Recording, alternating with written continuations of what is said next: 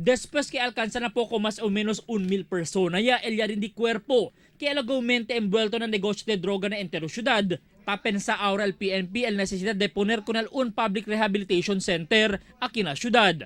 Para con el mga drug users para pwede dale verdad reforma con el mga kanya keda biktima del shabu. Asigun pa con el veterano investigador del PNP na syudad de Zamboanga, Aura Station Commander ya del Police Station 5 de Divisoria, Chief Inspector Arlan Dilumpines. Debe lang dali chance con el mga drug users para man rehab, siendo hindi bastante al surrender para desalejo estos con el di ilang malbisyo de droga.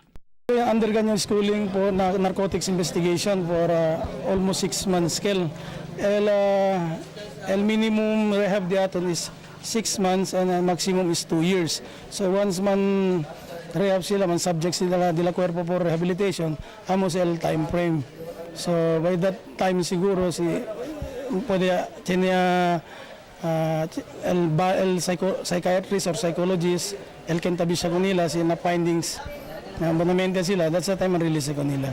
Mismo may eksperto taabla que hindi también bastante el surrender lang y el promesas para hindi mas usa droga. Siendo el droga el ta controla el pensamiento del un user. Por eso debe lang con estos ponen a rehab y pasa na mga proseso. Otro by category kasi si one sa beginner to tiene to separate celda and then si na medyo to takambya sila como A, B, C or D hasta si kanya sila fully recovered como tapos dia sila man roam around at per sa entra sila confine lang kasi sila. Lo mismo el entero nasyon niya aura el taman pressure con el di ila mismo mga konstituentes para rin di el di la cuerpo mientras tiene pa tiempo. Para hindi keda kasualidad na massive operation del Operation Double Barrel del PNP.